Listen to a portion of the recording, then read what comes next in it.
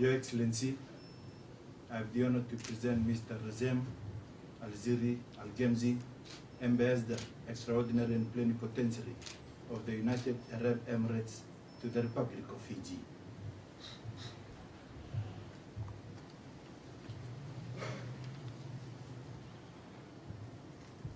Your Excellency, Ratu Wiliame, President of Republic of Fiji.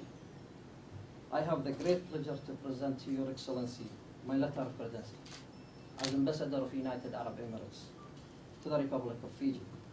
It also gives me a great pleasure to convey the warmest greetings of His Highness Sheikh Mohammed bin Zayed Al Nahyan, the President of United Arab Emirates, to Your Excellency.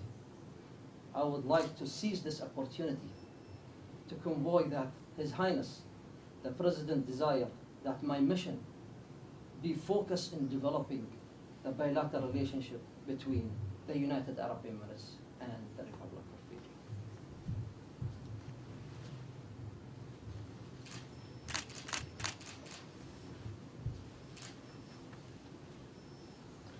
Your Excellency, I am pleased to receive your credentials.